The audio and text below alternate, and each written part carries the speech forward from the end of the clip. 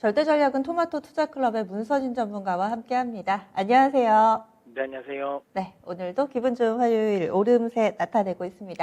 한마디 어떻게 정하셨어요? 네, 물가지표보다는 실적을 보자입니다. 네. 그동안은 물가지표 상당히 좀 강조를 해주셨는데 포커스, 무게중심을 실적으로 살짝 옮겨주셨어요. 이유는 어디 있을까요? 네, 이제부터는 이제 물가지표와 관련돼서는 뭐 크게 신경을 쓰지 않으셔도 될 것 같아요. 이유는 이제 시장이 물가지표에 대한 민감도가 떨어졌다라고 저는 생각을 하거든요. 그러니까 인플레이션과 관련된 부분에 대한 우려감이 한창 많이 할 때, 그때는 이제 어쨌든 물가지표에 많이 이제 집중이 됐지만, 이제부터는 뭐 인플레이션과 관련된 부분에 있어서는 시장은 크게 걱정을 안 할 가능성이 높다. 이번에 발표되는 지표가 만약에 뭐 한 5% 정도가 나온다, 예상치 5%가 나온다도 하더라도 별로 감흥이 없을 것 같고요. 만약에 예상을 아주 크게 뛰어넘는 뭐 물가 상승, 만약 6%라든지 뭐 7%라든지 이런 쪽으로 많이 나온다 하더라도 시장은 단기적으로 한번 흔들릴 수는 있을 것 같은데 추세적일 가능성은 크지 않을 거라고 생각합니다. 뭐 그 이유는 제가 계속 강조드렸지만 어쨌든 이번 달까지 발표되는 물가지표 자체는 결국에는 좀 엑스트라한 상황이라고 봐야 되는 거죠. 일단 재난지원금이 어쨌든 계속 이제 지급되고 있는 상황에서 소비가 회복됐다는 것 부분. 그 다음에 뭐 원자재 가격의 상승. 그 다음에 특히 기조효과가 굉장히 아직까지 남아 있는 상황이기 때문에 많이 나온다 하더라도 이거는 일시적일 거라고 생각을 많이 할 겁니다. 특히 이제 공급과 관련된 부분에 있어서는 조금씩 풀리는 상황인 거. 그다음에 특히 소매 판매가 최근에 발표되는 지표를 보면 조금씩 꺾였어요. 그 다음에 뭐 서비스업, 경기에 좀 동행지수라고 볼 수 있는 미국의 뭐 서비스업 지표 같은 경우도 지금은 살짝은 좀 누그러지고 있는 상황인 거를 보면, 물가 지표가 이번에 높게 나온다 하더라도 이제 다음 달 기저효과가 빠지면, 세게 안 나올 가능성이 높다라고 시장은 조금 생각을 할 것 같아요. 그러다 보니까 물가 지표와 관련된 부분은 지금부터는 이제 그렇게 크게 신경을 안 써도 되지 않을까라는 생각을 하고요. 이거는 이제 결국엔 8월 달 가야지 이제 조금 더 신경을 써야 될 부분인 것 같고요. 그래서 이제 물가지표 쪽은 조금 더 저는 이제 신경을 좀 내려놔도 된다라고 보고, 대신 이제는 본격적으로 2분기 실적 시즌에 돌입하지 않습니까? 그러다 보니까 시장은 물가 쪽보다는 실적에 조금 더 집중을 할 가능성이 높아 보입니다. 그래서 실적에 조금 더 우리 좀 집중하자라고 이야기 좀 드려보도록 하겠고요. 일단 시장의 예상치는 2분기는 굉장히 좋습니다. 그래서 좋긴 한데 중요한 건 그렇기 때문에 이걸 실적의 피크아웃으로 생각할 수도 있어요. 특히 기조효과가 센 뭐 에너지라든지, 뭐 에너지 같은 경우는 팩스탯의 예상을 보면 전년 동기 대비해서 한 540% 정도 증가를 하는 거니까요. 근데 이제 그만큼 작년이 거의 뭐 매출이 안 나왔다고 보면 되는 거죠. 에너지 관련 쪽이 코로나로 인해 가지고 아주 큰 충격을 받았죠, 2분기 때. 그러다 보니까 뭐 에너지 쪽은 그만큼 크게 나올 것 같다라는 생각을 많이 하고 있고, 뭐 금융주, 뭐 이런 필수 소비재 이런 쪽도 상대적으로 한 200% 정도 전년 동기 대비해서 영업이익이 증가할 거라고 보고 있는데, 중요한 건 이제 그게 그렇게 나온다고 해서 시장이 좀 좋아할 것이냐라는 건데 그렇지는 않을 것 같습니다. 왜냐하면 오히려 관련 기업들이 최근에 좀 많이 올라왔거든요. 그래서 오히려 그거를 실적이 찍히면 저는 오히려 그때를 기점으로 오히려 실적의 피크아웃을 이야기할 가능성이 높아 보입니다. 그래서 저는 경기민감주 내에서도 일단 작년 동기 대비해서 주가가 생각보다 너무 많이, 그러니까 이 영업이익률이 너무 많이 올라오는 종목들은 오히려 이때가 저는 재료의 노출로 저는 인식을 하고 매도를 해서 조금씩 줄여나가는 게 맞다고 보고요. 기술주 같은 경우는 전년 동기에 비해서 한 30% 정도 증가할 거라고 보는데 오히려 이게 더 고무적이죠. 왜냐하면 여러분들도 다들 아시는 것처럼 작년은 이제 팬데믹으로 인해 가지고 언택트 관련 기업들이 엄청난 실적을 냈던 시점이거든요.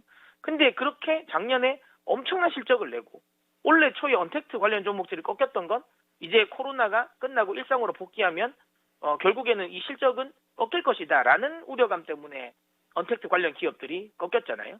기술 성장주들이. 근데 지금 예상은 아니죠. 전혀 그런 예상이 아니죠. 그러니까 작년에 엄청나게 많은 수익을 냈는데 그 수익에서도 또 많이 낸다라는 거예요. 32% 증가라는 건. 그만큼 그러면 결국에는 지금 현재 시장에서 나오는 이런 우리의 성장주, 실적이 나오는 성장주들은 코로나 때문에 단기적으로 실적이 끌어올린 게 아니구나. 이게 구조적으로 실적 성장으로 갈 수 있는 성장 발판을 마련했구나라고 생각하는 거죠. 그렇기 때문에 오히려 저는 기술 성장주 쪽에 조금 더 포지션을 두는 게 맞다. 많은 분들이 영업이익의 증가율이 전년 동기 대비해서 굉장히 높을 것 같다라고 생각하는 경기민감주 쪽에 좀 집중하실 수도 있지만 사실상 오히려 이거는 경기의 피크아웃을 이야기할 수도 있다. 그 재료가 나오고 나면.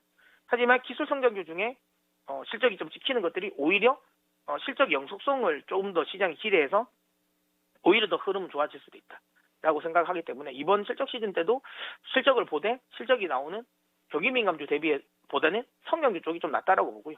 경기민감주 내에서도 제가 항상 이야기 드리는 건 이제 뭐 화학이라든지 철강 같은 소재 업종들은 조금 피크아웃 이야기가 나올 수 있어요. 정유라든지 뭐 이런 쪽은. 근데 그게 아니라 그 기계 업종이라든지 운수 장비 쪽, 그러니까 조선, 그다음에 뭐 이 기계 이런 그다음에 건설 이런 업종은 오히려 업황이 지금은 이제 초입부에 접어들고 있는 거죠. 지금 또 좋은데 앞으로가 훨씬 더 좋아지는 거죠. 피크아웃은 한참 뒤에죠. 지금은 이제 건설 업종이 피크아웃은 아닙니다. 왜냐하면 국내 업종도 이 주택 공급이 이제부터 막 계속 시작되는 시점이고 재개발 재건축 관련 매수 관련도 이제 막 시작되는 시점이고 특히 내년부터는 이제 지금 좀 중단되어 있던 중동 쪽에 아프리카나 중동 쪽에 있는 플랜트 수주도 기대된단 말이죠. 올해보다 내년이 훨씬 더 기대된 상황인 거고 그 다음에 조선 같은 경우도 올해보다는 훨씬 더 내년이 훨씬 더 기대가 되는 부분이죠. 왜냐하면 조선업황은 올해는 실적은 안 좋아요. 근데 이제 내년부터 실적은 본격화되고 올해는 이제 수주 모멘텀이 발휘되는 거겠죠. 그래서 오히려 실적의 업황에 대한 이 초입구라는 점. 그 다음에 자동차는 사실 경기민감주이긴 하지만 최근 들어서는 자동차는 성장주라고 봐야 되겠죠. 왜냐하면 전기차 쪽으로 묶어야 되니까. 그래서 그런 쪽으로 본다면 뭐 이런 기업들은 오히려 경기민감주임에도 불구하고 괜찮게 저는 보고 있고요. 그다음에 제가 이 방송에서 좀 많이 이야기 드렸던 것처럼 우리나라는 사실 소프트웨어 쪽이 좀 강세가 별로 없다, 강점이 별로 없다. 그나마 이제 있는 건 네이버, 카카오, 하이브 정도다. 나머지는 좀 약하다라고 했고 그래서 조금 템포를 좀 더딜 거다. 그러니까 우리는 미국 쪽이 소프트웨어 쪽이 더 강하니까 미국 쪽에 있는 소프트웨어들이 먼저 가고 그다음에 IT 하드웨어는 조금 템포가 있을 거다. 한 3분기 한 후반 정도에 갈 것 같다라고 이야기 드렸는데 다만 그중에서 IT 하드웨어 성장주 중에서는 그래도 2차 전지가 훨씬 더 빠르지 않을까라고 이야기 드렸는데 최근 들어서 2차 전지 흐름이 좋아요. 특히 소재주들이 이제 이 순서대로 계속 이제 신고가를 치고 가고 있습니다. 뭐 그러니까 제일 처음에 이제 에코프로 BM이 먼저 쳤고 그다음에 LNF, 첨보 그다음에 이제 뭐 포스코 케미칼 이런 식으로 해서 지금 계속 이제 신고가를 치고 나가고 있는 상황이라서 2차 전지 섹터도 이제 전기차, 자동차 쪽으로 묶으면서 계속 좀 보셨으면 좋겠다라는 이야기 드리도록 하겠습니다. 네. 토픽 종목 있으세요? 뭐 저는 뭐 2차 전지 관련 종목 쪽에서는 뭐 동아기업을 계속 토픽으로 생각하고 있고요. 자동차를 뭐 만약에 매수를 한다면 저는 기아차를 이야기 드리도록 하겠습니다. 네, 이유도 좀 더 설명을 해주세요.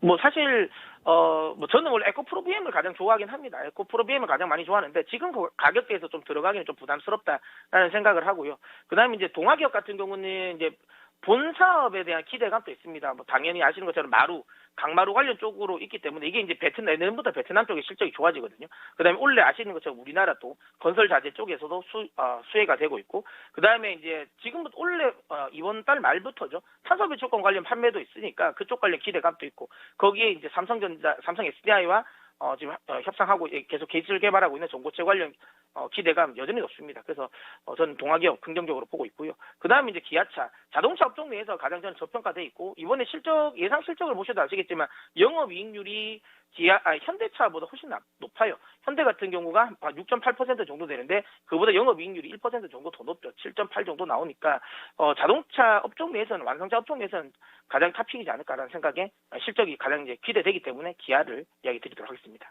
네, 알겠습니다. 오늘 말씀 고맙습니다. 네. 네.